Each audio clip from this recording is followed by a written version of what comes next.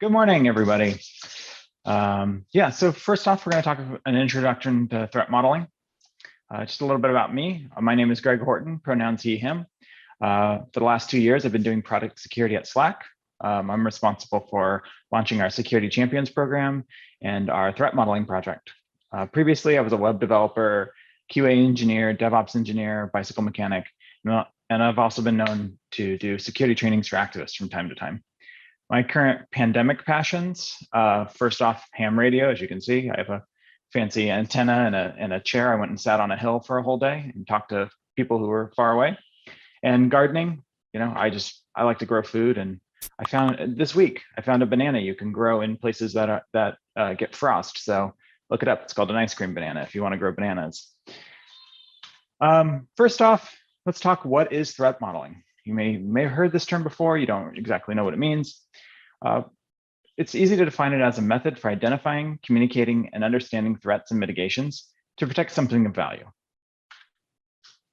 And what does a threat model look like? So a threat model is going to be a living document that you have that outlines a system, lists the risks, and comes up with mitigations to be implemented. And this will be for reference for when things go wrong. So you'll keep this document around, you'll change it, you'll modify it. It shouldn't be something that you just do once and then put on a shelf and leave alone. And why bother doing any of this? Because when you're well caffeinated and well slept and you're doing stuff in the middle of the day, it's a lot easier to think about what could go wrong and how to fix it than being woken up in the middle of the night and not know what's going wrong. And dealing with it at that point. So we want to figure out things going wrong before they actually go wrong. So it's the first day of spring yesterday. It's going to get warmer. Let's go camping. Who likes camping? I love camping. I'm going to be doing some of it this summer. So, it's really fun. You get to make s'mores. You get to have a campfire. You get to lay in a tent. It's beautiful. But when you go camping, you always want to think about what can go wrong because, the store may be miles away. You're definitely not at home. You don't have your creature comforts. You don't have a shower. And so what can go wrong when you go camping? Well, it could rain. That's always a bummer. You could get attacked by mosquitoes, or a friendly bear could come to your camp and eat all your food. So threat modeling is just anticipating risk and mitigating for it. So when you go camping, you anticipate for rain, you check the weather reports, you anticipate for mosquitoes, you bring bug spray. And for bears, we can threat model for them too. We can hang our food up in trees, we can keep our kitchen areas away from our campsites. And we can do all these things to make sure that our camping experience is nice and lovely and doesn't get ruined by a bear tearing open our car. And the main point here that I'm making about threat modeling is that everybody actually threat models already. It's just we need to make it into a process for security of replicable and consistent. So parents, if anybody here is a parent, you know that you threat model. You have that new baby starting to walk. What are you doing? Drilling everything to the wall, putting things in the plugs, making sure everything's put away, making sure knives aren't on the counter. Simple little things to make sure that your child stays safe. You're constantly thinking about what those risks are and mitigating them. Space travel, you're stuck in a space capsule. You need to know what can go wrong, what can you do about it? And crash testing. This is a form of threat modeling as well. The companies who make our automobiles, crash them, make sure how to make them safer, and do it all over again. And that can be a form of threat modeling. Big takeaway here is threat modeling helps prevent incidents. It's better to think about what can go wrong and solve for it than to be in the situation where it's going wrong actively. That's all. So let's talk about how to threat model. This is a pretty simple method here that I like that comes out of the OWASP threat modeling guide. There are all kinds of philosophies around threat modeling, and you can get really, really complicated with it. And if this is something that's your passion, go for it, read about it. But I think for most people, we can start with these 4 points and go from there. So we're going to talk about what are we working on? What could go wrong? What are we going to do about it? And then talk about, did we do a good job? So first off, what are we working on? What are the details? So you want to outline your system. You want to identify any tangible assets, if any. So when you're starting your threat modeling process, you can bring in whoever the stakeholders are and do this process live.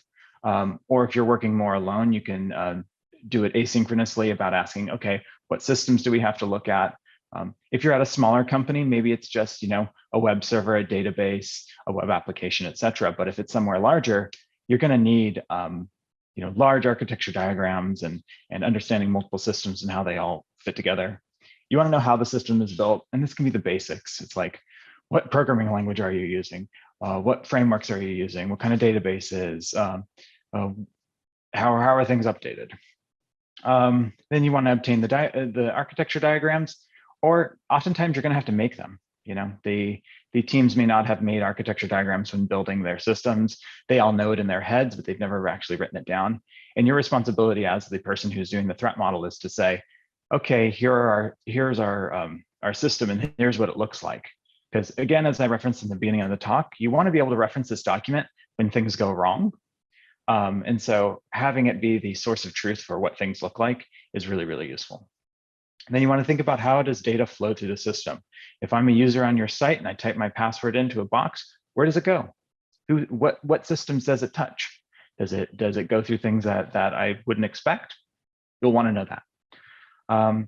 And what's in and out of scope for this model? That's probably one of the most important things, is that you can get really, really into the weeds with threat modeling, and you can talk about things that are never going to be relevant. Most of us host things in AWS. Is AWS going down in our threat model? Maybe. Depends on what you're working with. But you want to think about what's in and out of scope for your model. I would say for most models, you want to make the scope as tight as possible at first, and you can always expand it later. So then, you have everything laid out, what you're working on, you know the elements, the architecture, et cetera. Now you get to do the fun stuff and think like a bad actor. You get to be the hacker of your dreams. So I like to use the stride method in thinking about what can go wrong. And this is a method developed from Microsoft and popularized by Adam Shostak. And it talks about the stride method. And this is a way of categorizing threats into different buckets, so you can better find and identify them. And then also it gives you a template of like how to think of new things. So we have spoofing of user identity, tampering of data, repudiation, which is the denial of truth or validity of something. This is in relationship to logging. Information disclosure, like a privacy breach or data leak, a denial of service, everybody's favorite. Then elevation of privilege, like a regular user being elevated to an admin user. Taking the stride method to look at your risks gives you a good template to say, okay, do we have any examples of tampering?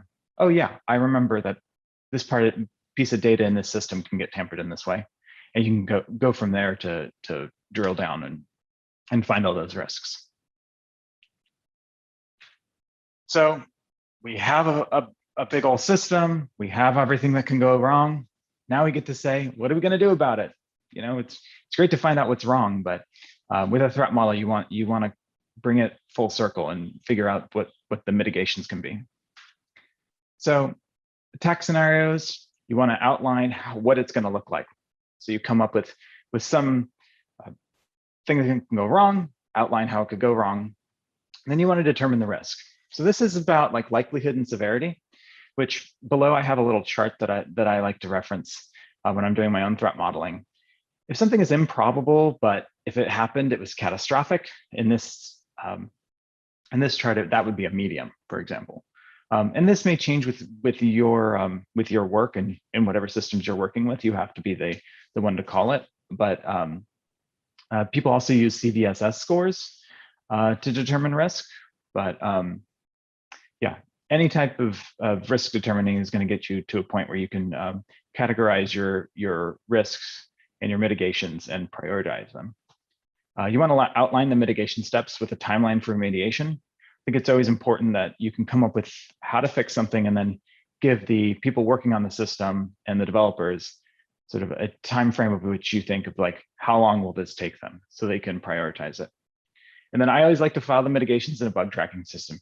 Just throw it right into Jira, get somebody to track it, and so that it actually gets done. Because It's a great thing to come up with all these problems and all these solutions, but if nobody fixes it, what's the point? So let's talk about likelihood and severity for a second. So as you know, I'm going to be talking about the International Space Station. So we know that bears can invade you when you're camping, but like bears on the space station? Well, I mean, maybe there could be bears on the space station. See, I looked this up. I was like, I wonder if there's ever been a bear on the space station. And lo and behold, Smokey has been on the space station. So likelihood, high likelihood. Is this catastrophic? Well, if it was a grizzly bear, yes, it'd be catastrophic. But I think Smokey can handle it on the ISS. I don't think we need to really worry about that risk. So here's an example of a attack scenario that would be featured in a threat model. So say we're running an e-commerce website, and our attack scenario is that people can use our system to buy things that aren't released yet.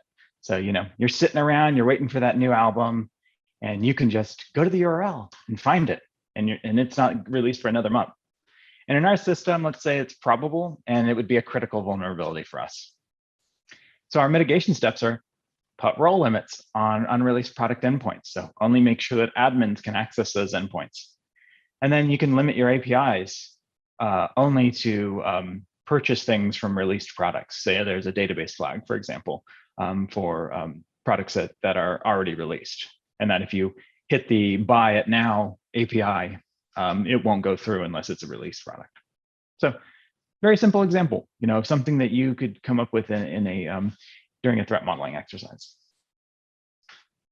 So you got all your architecture diagrams, you got your risks, you got some mitigations. Now you want to look at, did we do a good job of this process? So after doing a threat model, critique what you might have missed. What can you add for next time?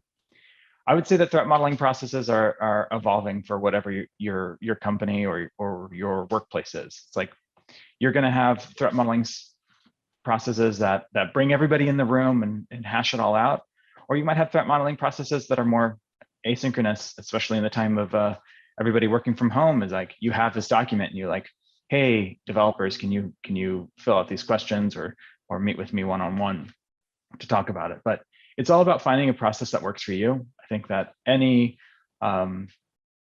system can benefit from a threat modeling process of any size, and you can get really extensive, like the people at Microsoft do, and they're building operating systems, so it makes sense for them. But even for the smallest web application that you put out into the world, a quick threat model is going to help you catch things that you might not catch otherwise.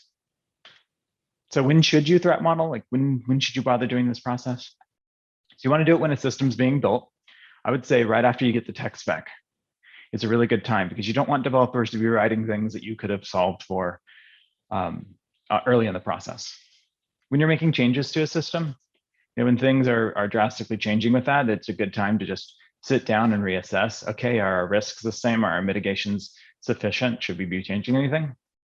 Then after an incident, you know, after things go wrong is a really good time to re-examine what you're working with. Is there something that the threat model could have caught? Did the incident expose anything else that you might not have looked at before? Again, it's a living process, so finding out what works for you is really critical here. So here's some further resources for you for diving a little deeper. Threat Modeling Manifesto, the creators of this have been doing a lot of good talks around threat modeling the past year. I would check their site out.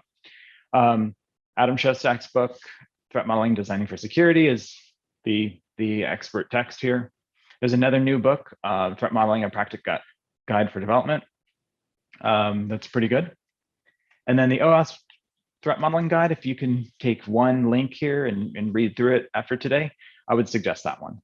It talks about what I talked about in much more detail. Sorry about that. It talks about what I talked about in much more detail. So yeah. So as I mentioned before, I'm from Slack. We are hiring for security people. If you're interested, check out our careers page, and then you can email me about any careers you see there that you might be interested in. We do threat modeling. If you're interested in threat modeling, it'd be nice to have you. So yeah. Next up, something completely different. How to listen to the International Space Station with a $30 radio. And this is also by me, Greg Horton. My call sign is K6XSS for cross-site scripting. It's very hard to say, and I may have chosen a different call sign if I knew how hard it was for people to say, but it is fun to reference security stuff. So quick primer, ham radio. This refers to amateur radio operators licensed by the FCC. So you do have to have a license to do ham radio and to transmit on these frequencies. And there's certain frequencies that are allocated for amateurs to use. So what frequencies are we talking about? So we have UHF, which is ultra high frequency, which covers 420 to 450 megahertz. And we call that 70 centimeters. This refers to the length of the wavelength of radio that you're working with.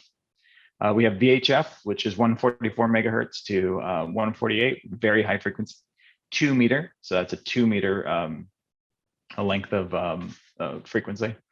And then high frequency, which covers 10 meters through 160 meters, which allows you to talk to people in different countries.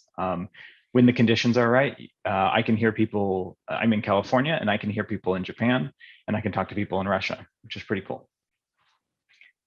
Here's a big old chart of all the frequencies that amateurs get when they are licensed by the FCC. So as you can see the 160 meters, 80 meters, 15 meters, 2 meters.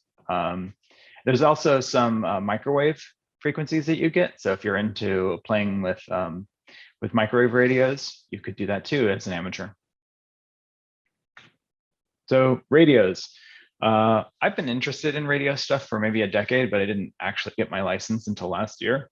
And one of the things that kept me away is that radios are super expensive.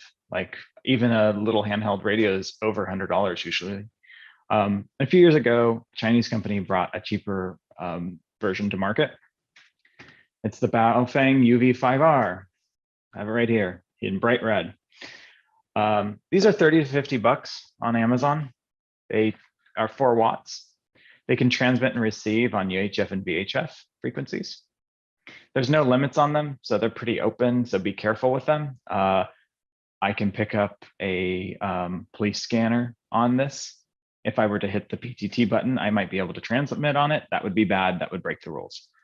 Some people hate these radios because their build quality. They are very cheap, they can have issues, they can be a little weird, but at 30 to 50 bucks, you're not gonna lose out on much.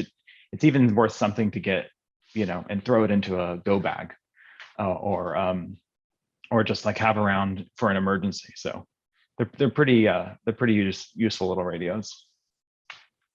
Okay, so talked about radios. What's a repeater? That's what we're going to talk about right now. So a repeater takes this little radio and makes your signal go that much further. I'm part of a radio club here in my local town, and our main thing is that we have a repeater that we all talk on. And if I just use that radio, I can hit people in my neighborhood, but hitting the repeater on the same frequency, it takes my signal and amplifies it and sends it to other people. So I can actually talk to people all over the city through the repeater. That's pretty cool. Repeaters exist all over the place. You can look them up online. You may be surprised that you have a few dozen repeaters that people are constantly on around you. And there's all kinds of different types of people who get into ham radio. There's people who just like to talk about whatever, usually about antennas. And then there's people who like to use it for disaster preparedness. And these are both the same kind of people sometimes. So now you know, and a repeater takes your signal and bounces it so it can go further. And you should know that there is a repeater on the International Space Station, which means that we can throw our signal that much further. As you can see, here's a little diagram of the International Space Station. There's 2 ham radios actually on the space station. There's one on the European side and one on the Russian side. And with this repeater, we can listen to the ISS and we can listen to other people who are hitting that repeater. So the repeater downlink, which is would be our listening frequency, is 43.80, and then your uplink, which would be the transmit frequency, is 45.99 with a PL, which is of 67 hertz, which stands for, that's the frequency that turns the repeater on. So if you send that frequency, it'll go, okay, I'm listening. And then there's also voice and SSTV. The voice link here is how you would actually hear astronauts if they got on. Sometimes they do. It's very rare to hear them. Most times when you're trying to hit the ISS, you're trying to hit that repeater, because in California, in the Bay Area, I can hear people all the way in Arizona because the ISS is so high up into the sky. So it gives me a lot of range. And another tip here is turn off the squelch. The squelch is what keeps it from constantly staticking at you. And if you turn that off entirely, you can kind of pick up really weak signals, and you'll want to do that as it's passing over you. So SSTV, I mentioned that real quick, and I'll talk about it. So this stands for slow scan television. And this is a way that you can transmit images through radio, which is very, very neat. This image is from the recent event that the International Space Station did to commemorate the anniversary of putting the ham radio actually on the ISS. And they were sending images down through the signal, and you could use an app on your phone to record the audio, and then an image would just pop up. And so you can transmit SSTV images as well. You can use, again, another a phone application. You can send the image into it, and it'll create a data stream that will have a particular sound, and then you transmit it through your radio and somebody can pick it up. So you can put memes through the air now. You don't even need the internet. So you can track the International Space Station, so you know when to actually go outside and wave your radio around. The best way that I found is to use a phone app. I use the ISS detector app for Android, and I set it up to give me alerts 30 minutes before a pass is about to happen. So if I'm in the mood, I have 30 minutes to get my gear together, put it together my antenna, and run outside and try to catch it. There's also a website, Heavens Above, that will give you tracking data, but I really think that the phone app is the best bet here, because you also get a compass of where it's coming from. So you can point your body in that direction, and then you can kind of be like, okay, it's passing over me now. You can see the ISS during nighttime, but during the day, it's impossible to see. It'll be a fast-moving blinking light if you're looking for it. And yeah, if you just want to be able to see the ISS, like this app is awesome. And then you know, show your kids, show your grandparents, be like, look, there's space, there's astronauts. They don't have to deal with our problems. So how to listen. So you can use your handheld radio. You can tune it to that frequency, and you can hold it like this. This is less efficient than this. It's just how the science works. Or you can get a directional antenna. As you can see here, I have a little antenna that I'm using, and I'm pointing it at the sky, trying to get it, and phone in one hand, tracking it, radio in the other. And yeah, you just point it to the sky, and you can follow it on the app, and you basically point it in the sky about where it is, and you'll have to move around, and you'll be dancing around your yard, and then you'll hear it, and you'll be like, oh, I hear that, I hear people, and then you'll try to get your signal out. There's going to be people with more power than you, so you'll be competing a little bit, but you can make it with a handheld radio. I have done it. And this isn't just the International Space Station, actually. This is amateur radio operators throw their own satellites into space, and you can catch those as well. And that's pretty cool. So some things to add. I didn't cover Doppler shift or pass angles. So a pass angle is essentially like what angle it is in the sky, and the closer it is to 90 degrees, aka right above you, the better pass you're going to get. If it's closer to the horizon and there's hills or whatever, you're going to get a less of a good pass to get it. So the closer it is to 90 degrees, you're good. Doppler shift refers to the fact that like ambulances, when they pass you and they make that sound where it gets higher pitched and lower pitched as it goes away, Well, that happens as well with radio frequencies. And so if you really want to get a good signal on the ISS, you'll actually be changing your frequency as it comes towards you, and then reducing it as it comes back. So depending on how it's coming through the sky. And you can, if this is interesting to you, you can look all those frequencies up. I'm not going to go into them all today. Big disclaimer though. I talked a lot about the ISS repeater, got you really excited about it. It's down. They decided to change some cables a few months ago, and they haven't been able to fix it yet because the ham radios, I think, is probably low on their priority list. But you can still tune in to some frequencies when they're trying to contact schools. And you can look at the ARISS website for when those are happening. But it's down for now. It should be fixed soon. They have been working on and fixing some of the parts of it. So we'll see. So you want more? If this is interesting to you, if you're interested in radio at all, get licensed. Most licensing is happening online now, so it's super simple. Again, it took me a decade to actually feel like I could take the test. And the test, I'll say it now, it's not that hard, but I was intimidated by it for a long time. You don't need to know Morse code anymore. You don't, and if you're good with a little bit of math and interested, you'll do fine. If you want to email me, you can email me at K6XSS@arrl.org, and I'll get that email. And I have a website that I threw one blog up on. I want to do more ham radio blogging, but I don't have the time. But yeah, that's how you can contact me. Here's some references. There's an old Make Scene article from 2009 about listening to satellites on ham radio. And then the ARISS is the org that sets up the amateur radio on the International Space Station, and they have some guides about, or they have a guide about contacting the space station.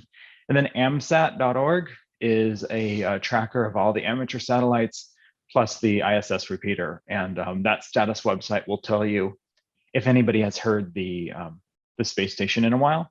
And you can go to that website and say, oh, has anybody heard it lately? And that's how you can check if it's fixed or not. Spoiler alert, nobody has. So I'll be checking it later today though and seeing. Anyway, that's all from me. Thank you so much. Excellent, Greg. That was an amazing talk. We do have a few questions. First one being, well, back to the threat modeling, of course, which was first. The first question we got was, how do you determine probability for adverse events? Determine probability for adverse events. I think you just have to know about your system, and I would say that I would try to use something like a CVSS score might help. But yeah, it really takes the practice of determining the severity and the likelihood. Yeah. Okay, great. And then in your experience, what elements of threat modeling have you found to be more challenging for non-security experts, and how to address them? I actually think that threat modeling is a really good way to get into security because it doesn't necessarily require a lot of technical knowledge.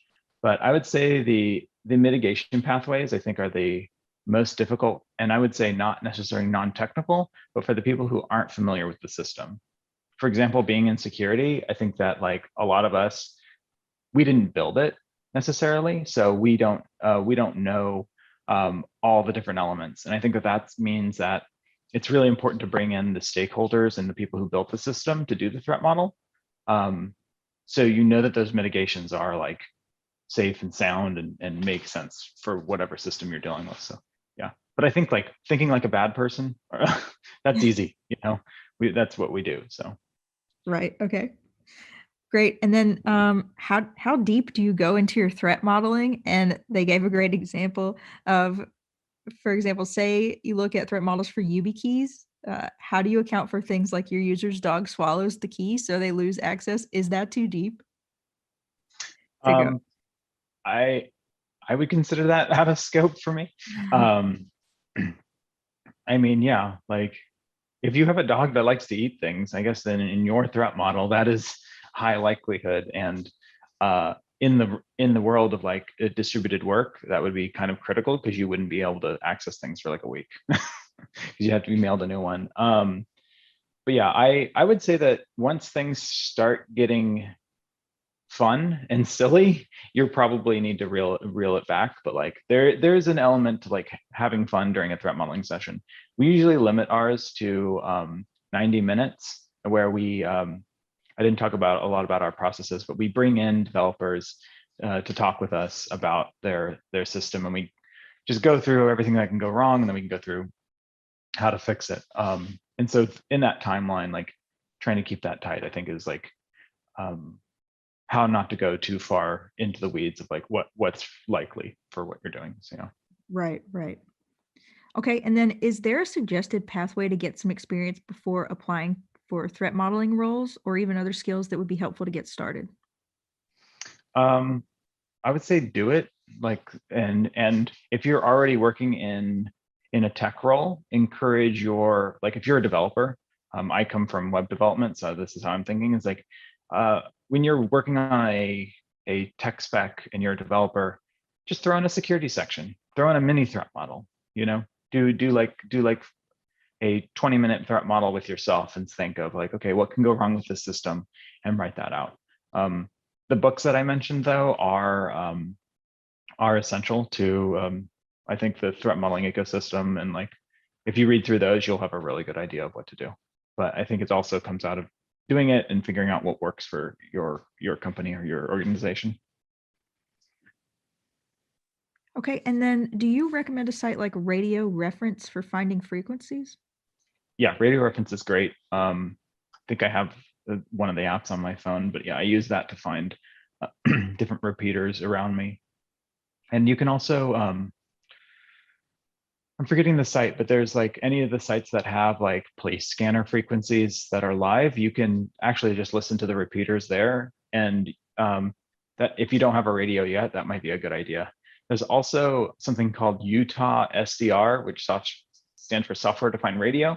And you can Google that, and that gives you an online radio where you can explore any of the high frequency bands. And so if you want to listen to things on there, you can do that without a radio. Okay, and then do you use a defense in depth checklist when having threat modeling reviews with developers? We have checklists that we use for our secure development lifecycle that cover like common pitfalls and how to mitigate against them.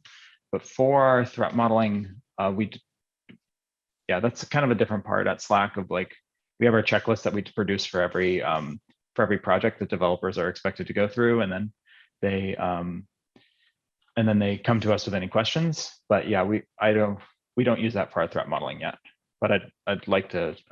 You can ping me in the chat. I'd like to know exactly what you're thinking there. Okay, and then if you had only $100 for starter gear, what would you invest in?